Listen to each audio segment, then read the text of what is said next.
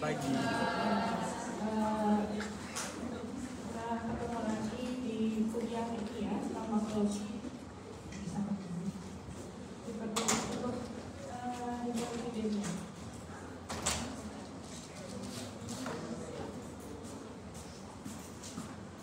Kok banyak yang kosong posisinya ya? Emang segini ya? Kayaknya kemarin lebih banyak.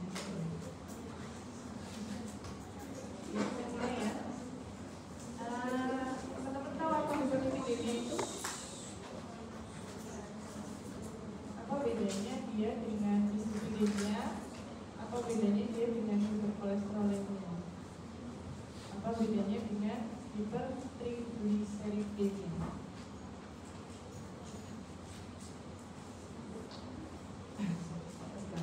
Ya, sebelum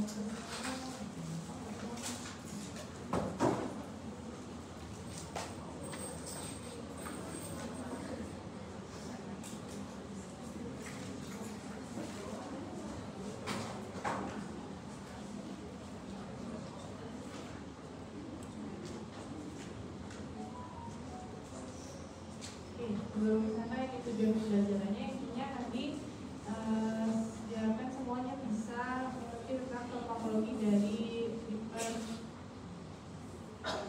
gangguan lemak darah ya, baik itu jenisnya obat, namanya, golongannya, kemudian mekanisme kerja.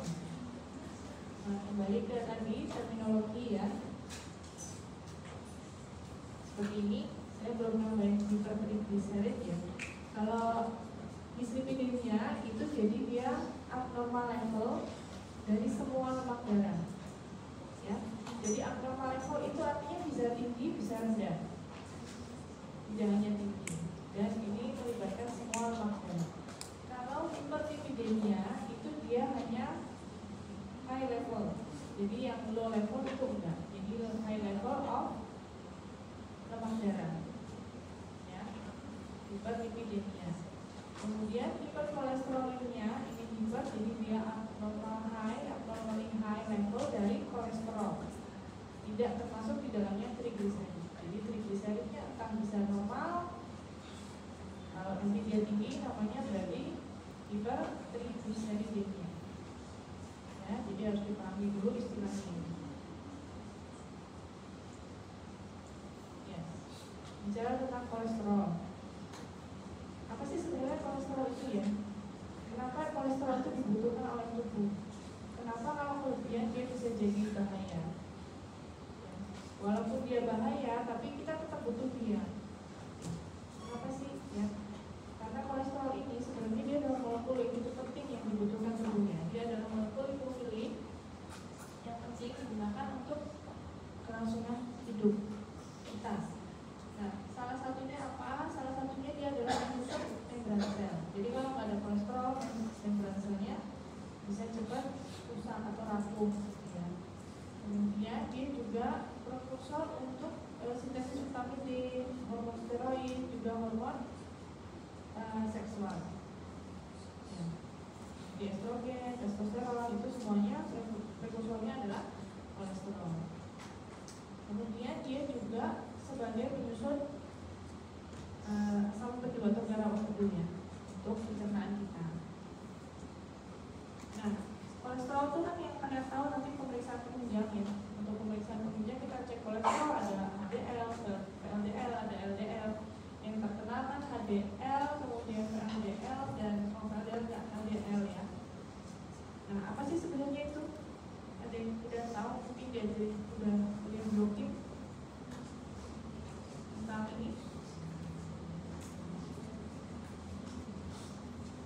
Yuk.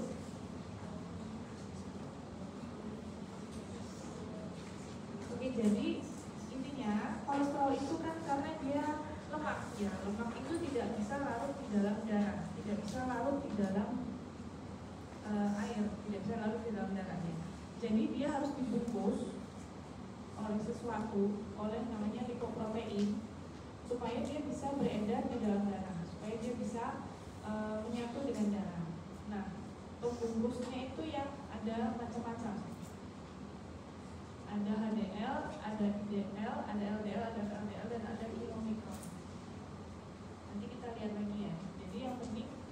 dulu bahwa VLDL dan teman-teman LDL-nya ini dan lain-lain itu adalah sebenarnya lipoprotein, bukan lemaknya secara langsung, bukan kolesterolnya secara langsung.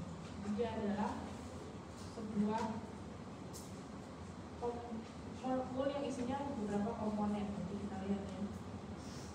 Kemudian, nah inilah yang akan dilihat di dalam pemeriksaan laboratorium. Bukan kolesterolnya secara mentah-mentah gitu, tapi setelah dibungkus, gitu ya. Nah ini adalah molekul tadi ya. Kita mulai dari asam HDL. Ini adalah HDL yang istilahnya masih muda atau belum matang gitu ya. Dia itu sebenarnya kalau masih muda dia belum mengandung kolesterol. Kalian lihat di sini yang nanti bentuknya seperti ini adalah apolipoprotein. Kemudian ini adalah kolesterolnya. Kemudian ini adalah kolesterol ester. Ini trigliserid dan ini fosfolipid. Jadi si langsung HDL ini HDL mentah ya, ini dihasilkan oleh hepar. Dia belum mengandung kolesterol. Dia hanya mengandung apolipoprotein dan kolesterol yang hijau ini, juga fosfolipid. Nanti si langsung HDL ini akan jalan dari hepar ke jaringan. Dia untuk ngangkutin kolesterol yang berlebih di dalam jaringan. Baru setelah kolesterolnya masuk ke dalam langsung HDL, dia berubah bentuk menjadi HDL.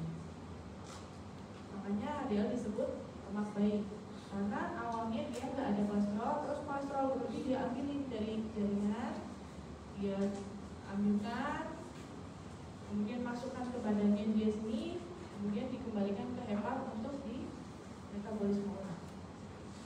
Jadi nggak ada, harapannya kalau ada HDL tinggi, banyak yang ngambil kolesterol, nggak ada penumpukan kolesterol di jaringan.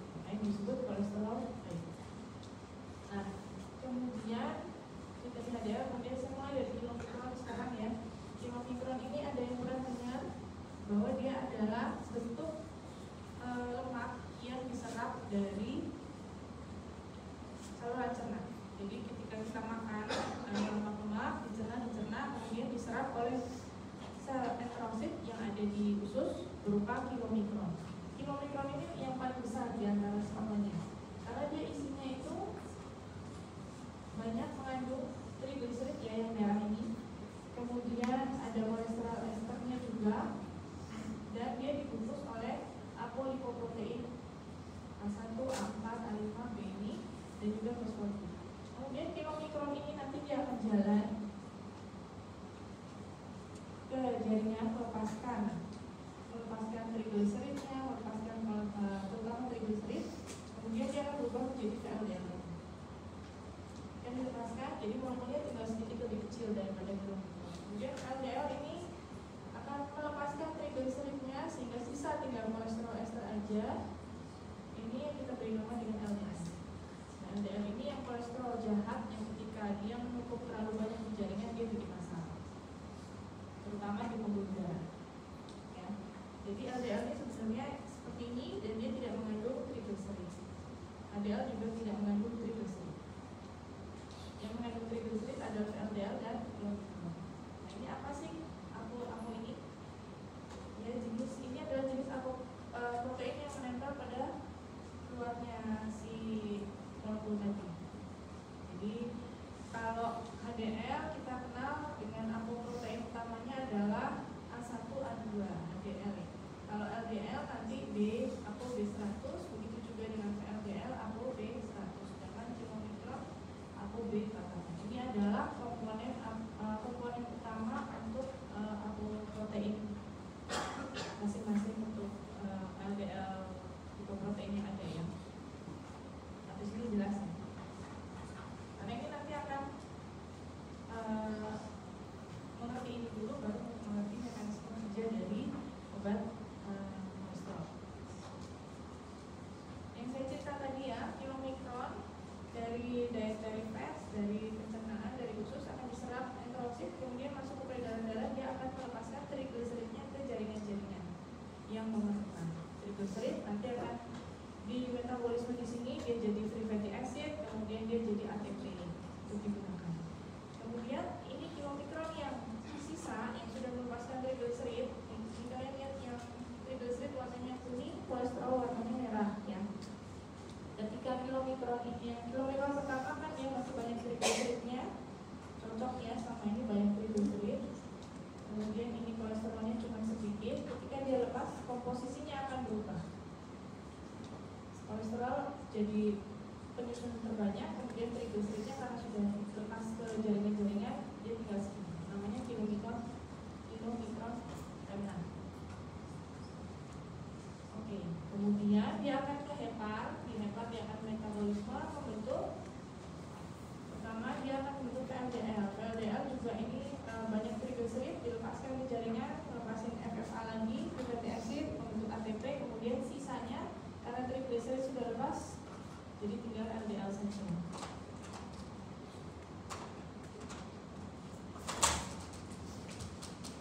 Ya. Kemudian LDL ini ketika terlalu banyak, dia akan diangkut kembali oleh HDL kembali ke hepar. Selain diangkut HDL, sebenarnya dia juga bisa balik sendiri ke hepar tanpa diangkut oleh HDL. Gitu ya. Ini adalah metabolisme dari lipoprotein. Nah, kolesterol itu tadi pentingnya kolesterol ya. Apa itu kolesterol? Nah, ini adalah manifestasi kalau terlalu banyak kolesterol di dalam tubuh. Yang kita tahu dia akan menyebabkan coronary heart disease ketika menyebabkan pembuluh koroner di jantung. Dia juga bisa membentuk batuk empedu jika terlalu banyak. Bisa ini sih sebagian besar karena pembuluh darah yang tersumbat ya, di sini namanya diplomatosis, kemudian ada pulmonary embolism, vascular dementia dan Alzheimer bisa disebabkan oleh kolesterol yang tinggi. Ini klasifikasi darah dan level yang diinginkan. Kalau kolesterol total itu di bawah 200, kalau kolesterol yang LDL di bawah 100 sebetulnya yang optimalnya. Kemudian HDL itu kita jaga tinggi karena dia yang baik ya, di atas 60. Sedangkan triglycerid itu kita jaga rendah di bawah 150.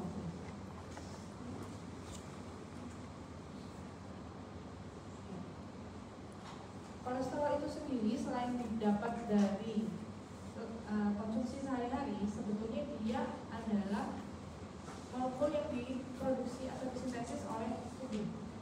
Bahkan dibandingkan dietary input ya yang masuk dari diet, kolesterol itu sebagian besar adalah disintesis oleh hepar, disintesis oleh hati. Ya. Jadi kalau perbandingannya mungkin 70-30%. 70 itu de novo, kita sintesis sendiri. Kemudian 30-nya itu dari diet. Sintesisnya bahan bakunya kita butuh asil-CoA. Kemudian juga menjadi HMG-CoA, dari HMG-CoA jadi mevalonat oleh enzim ini. Kenapa ini penting? Ini nanti mekanisme kerja dari salah satu obat nanti berkolesterol ya. Nah, dari rangkaian perubahan molekul ini akhirnya nanti menjadi kolesterol. Kolesterol tadi kita butuhkan untuk bahan sels dan steroid.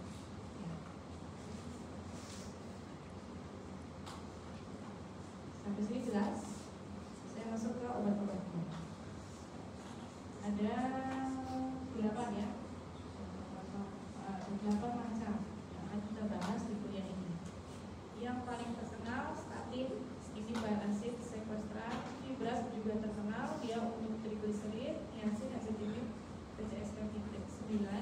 Kemudian ini juga banyak manfaatnya ya, omega 3 fatty acid. Dan obat-obat baru yang sedang dikembangkan atau baru saja dikembangkan. Yang pertama statin.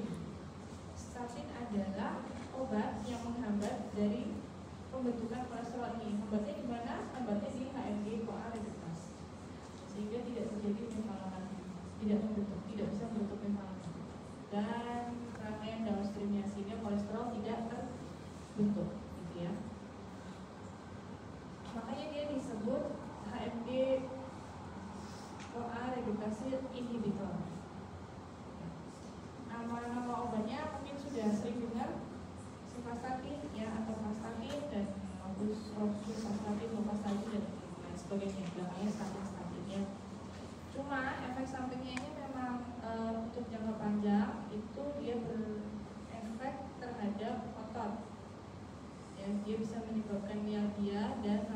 hemolisis.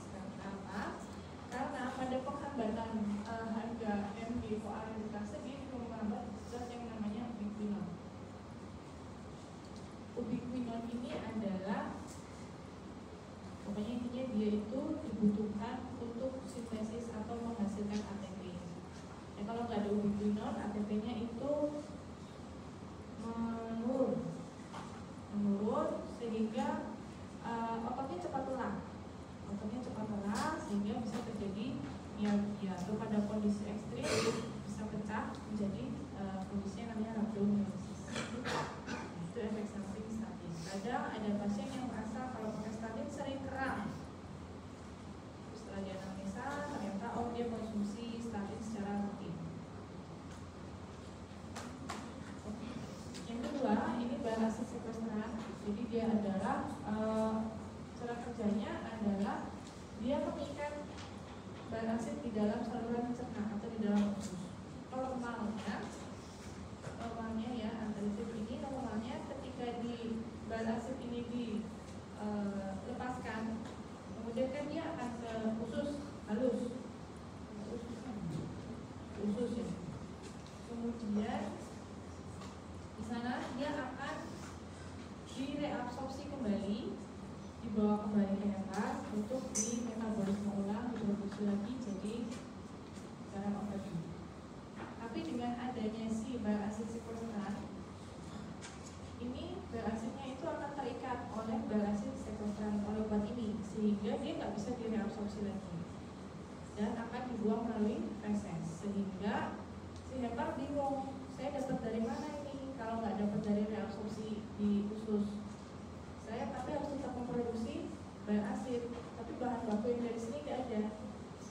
Akhirnya dia ambil bahan baku dari jaringan-jaringan, diambilin semua, suruh kembali tadi LDL-nya ke hati ya untuk memproduksi rasa. Akibatnya apa? Akibatnya kolesterol atau LDL yang di jaringan di perifer dia akan menurun, di darah akan menurun. Jadi itu cara dia menurunkan kolesterol. Obat-obatnya ada kolesterol, kolesterol.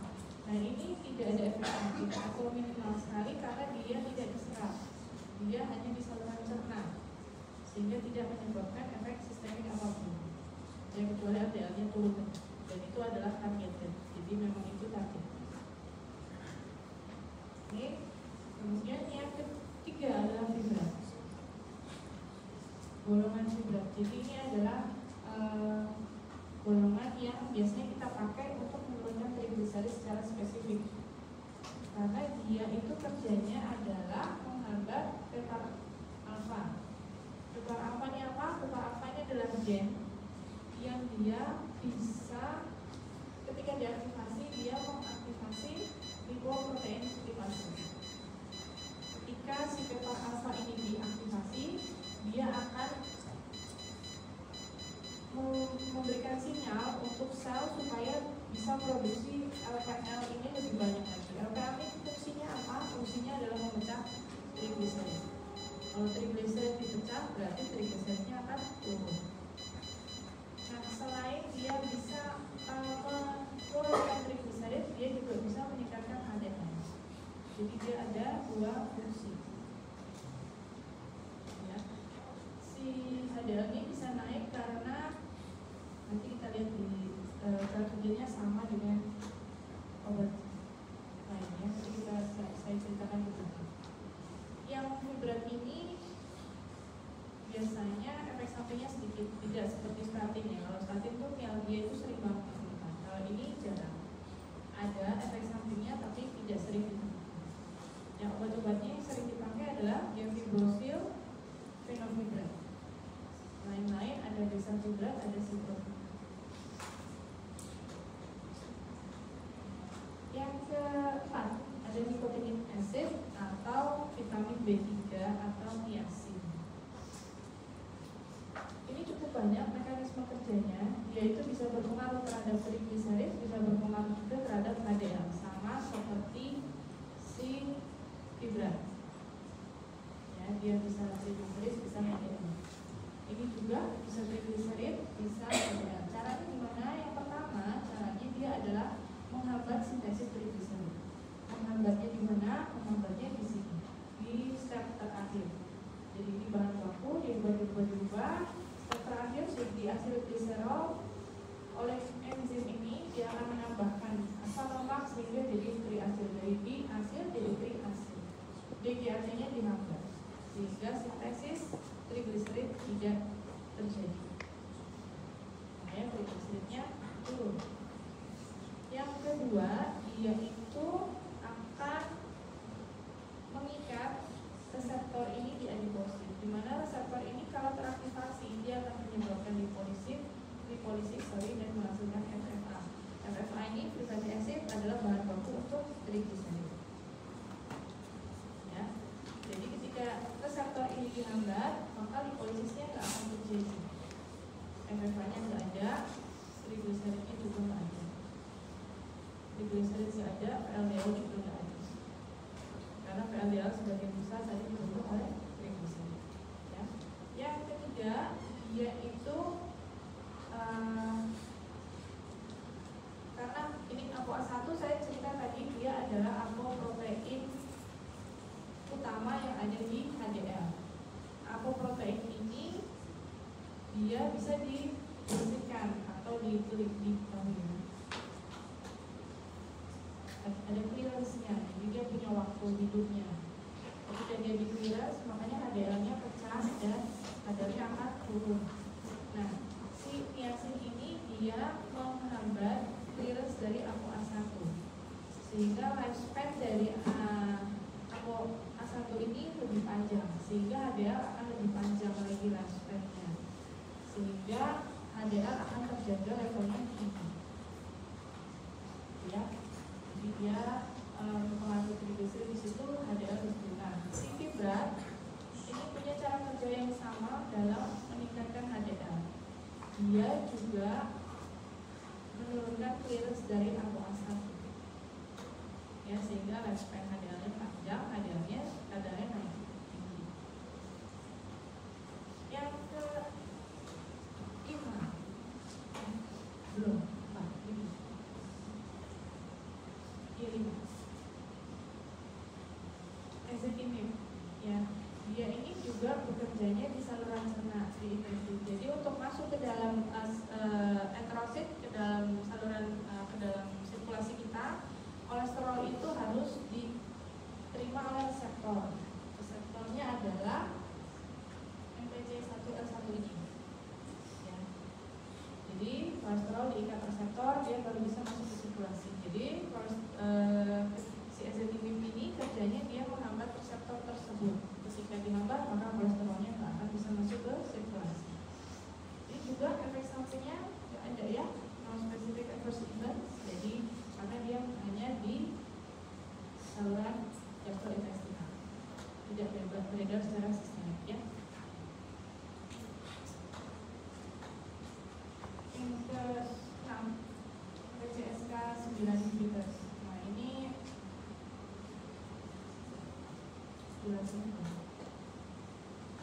di hepar, ini kan tadi saya bilang LDL kan kalau berlebih dia bisa balik lagi ke hepar, ya. Di sirkulasi tadi LDL berlebih dia kan skemanya kan akan balik lagi ke hepar. LDL balik lagi. Nah, di hepar ini LDL itu diterima oleh namanya LDL reseptor.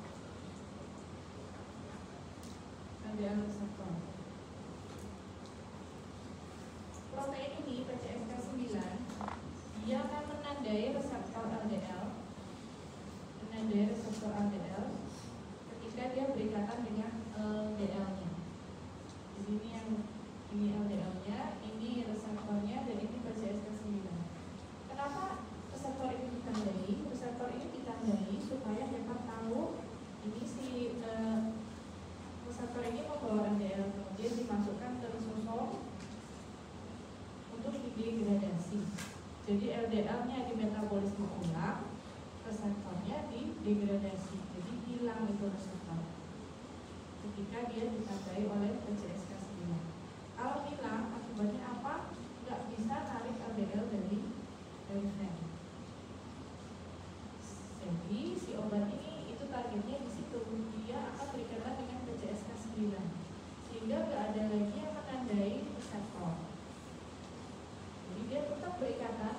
masuk ke dalam lisosom ini memetabolisme ulang LDL. Jadi supaya masuk kan harus dibawa masuk reseptor. Oke, tugasnya selesai, tapi si reseptor ini tidak didegradasi, dia akan dikembalikan ke membran sel. Jadi reseptor LDL-nya tetap akan banyak di membran sel, dia akan ngambil lagi, bekerja lagi. LDL dari mereka, dia masuk ke dalam hepa, LDL-nya dilepas, dia balik bekerja terus gitu. Ya. Tapi kalau nggak ada PCSK inhibitor ini, ketika masuk udah selesai kerjanya, dia belum matiin. Selanjutnya omega 3 fatty acid ini banyak manfaatnya ya, omega 3 karena dia mekanisme aksinya ada banyak, ada 5. Tapi intinya dia adalah menjadi triglyceride dan juga LDL sintesis ya. Ini kalau triglyceride ke LDL kan berkaitan erat ya, karena LDL tadi isinya banyak triglyceride-nya. Mekanismenya pertama dia menghambat TGAT, tadi sama seperti fibrat ya, dia berarti menghambat sintesis triglyceride. Kalau triglyceride terhambat, maka VLDL juga produksinya sintesisnya akan menurun karena bahan bakunya nggak ada. Oke, kemudian yang berikutnya adalah dia meningkatkan LPL, ini sama seperti si indikator ketadaman tadi ya, fibrat juga. Ya, dia meningkatkan kerja LPL sehingga triglyceridnya akan dipecah dan kadarnya akan menurun. Kemudian meningkatkan beta oksidasi di sini.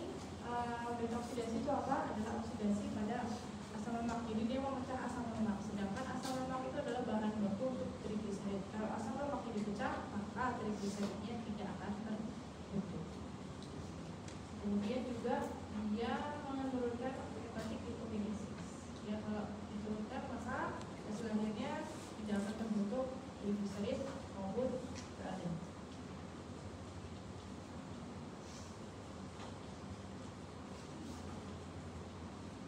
Obat lain yang sedang dikembangkan ya. Yang pertama adalah vitamin, dia adalah apa?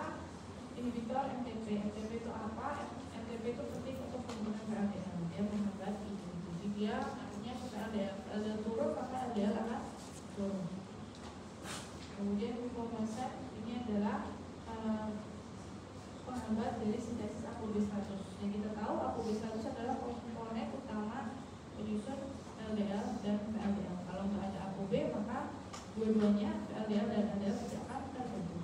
Jadi akan turun. Ini masih dikembangkan, tiroid hormon genetik untuk cara kerjanya belum ada secara jelas dijelaskan. LDL aferesis juga belum.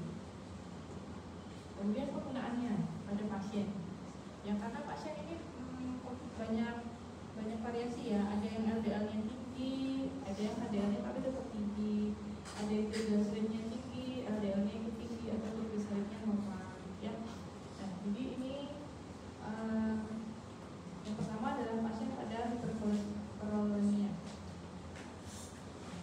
Ya, jadi hanya kolesterolnya, triglyceride-nya baik-baik saja. Yang pertama, first choice-nya adalah statin. Yang kedua, bisa bile acid, ezetimibe tadi yang bekerja di saluran cerna. Kemudian PCSK 9 tadi yang dia mengikat LDL reseptor. Semua targetnya bukan triglyceride, tapi targetnya adalah kolesterol, terutama LDL. Ya.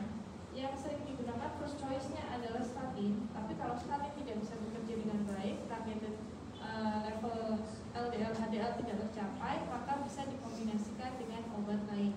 Ya, salah satu dari 3 ini bisa dikombinasikan dengan bile acid, ezetimibe atau inhibitor PCSK 9. Oke. Kemudian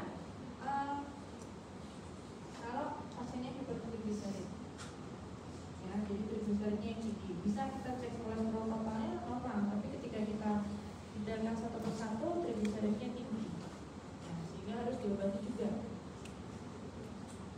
Yang first choice-nya adalah fibrat.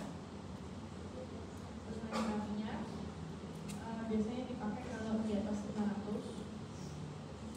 Tapi kalau di atas 200 biasanya mungkin masih dipakai statinnya. Kemudian kalau bisa yang di atas 200 tapi dia yang termasuk high risk CVD pasien.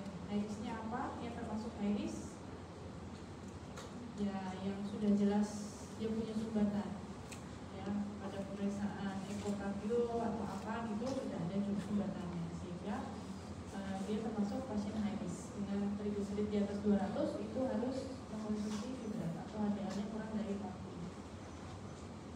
Kemudian omega 3 fatty acid tadi ini banyak mentargetkan trigliserid ya cara kerjanya, maka dia digunakan untuk menurunkan trigliserid.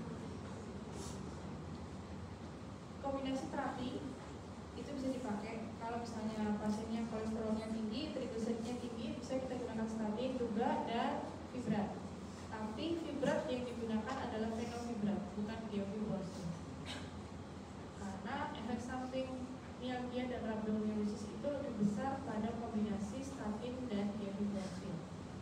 Pada fenofibrat itu minim, sehingga lebih aman digunakan bersama dengan statin. Ya, penggunaannya statin kita kasih malam, fenofibrat dikasih pagi. Ini low HDL, kalau HDL-nya rendah, mungkin HDL-nya normal, tapi HDL-nya rendah, diapakan? Tetap pakainya statin dan fibrat.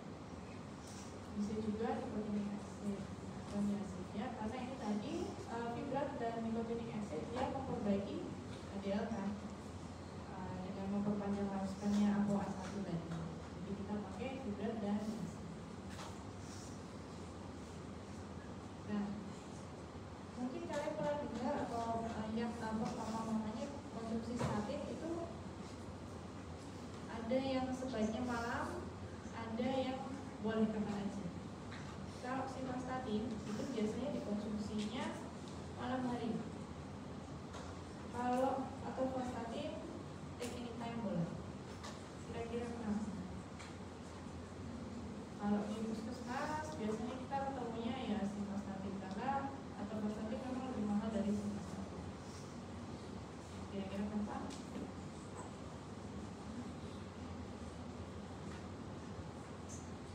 Karena waktu paruh, alasannya karena waktu paruh. Ya, kalau atorvastatin waktu paruhnya lebih panjang, sehingga dia bisa take anytime, sepanjang hari dia bisa. Kalau simvastatin waktu paruhnya hanya 2 jam pendek, tapi kenapa malam? Enggak pagi. Karena tadi saya bilang bahwa yang mensintesis kolesterol adalah tubuh kita sendiri mayoritas. Ya, de novo lebih banyak daripada dari dulu, dan sintesisnya itu berlangsung pada malam hari. Sekitar jam 12, jam 11 sampai jam 1 ya. Itu si kolesterol itu disintesis oleh hepar. Jadi jika ada simvastatin malam-malam, maka kolesterolnya terhambat sintesisnya. Tapi kalau atorvastatin kita mau pagi, mau sore, mau malam, itu karena dia panjang waktu paruhnya, sehingga waktu kita konsumsi pagi jam 1 malam itu dia masih ada, jadi aman. Ya, paham ya? Untuk sediaannya bisa baca sendiri ya, atorvastatin itu ada 10 sampai 80, kalau simvastatin 10 sampai 40, dan lainnya silakan baca sendiri. Ini sediaannya simvastatin 10. Biasanya kalau kalian tahu namanya Lipitor, pernah dengar Lipitor? Ini mana obatnya? Sediaannya ada 20, ada 10, ada 40 sebetulnya. Dan isinya adalah atorvastatin natrium. Kemudian ini ezetimibe, ini take anytime karena dia panjang sekali, kalau nggak salah sekitar 22 jam waktu paruhnya.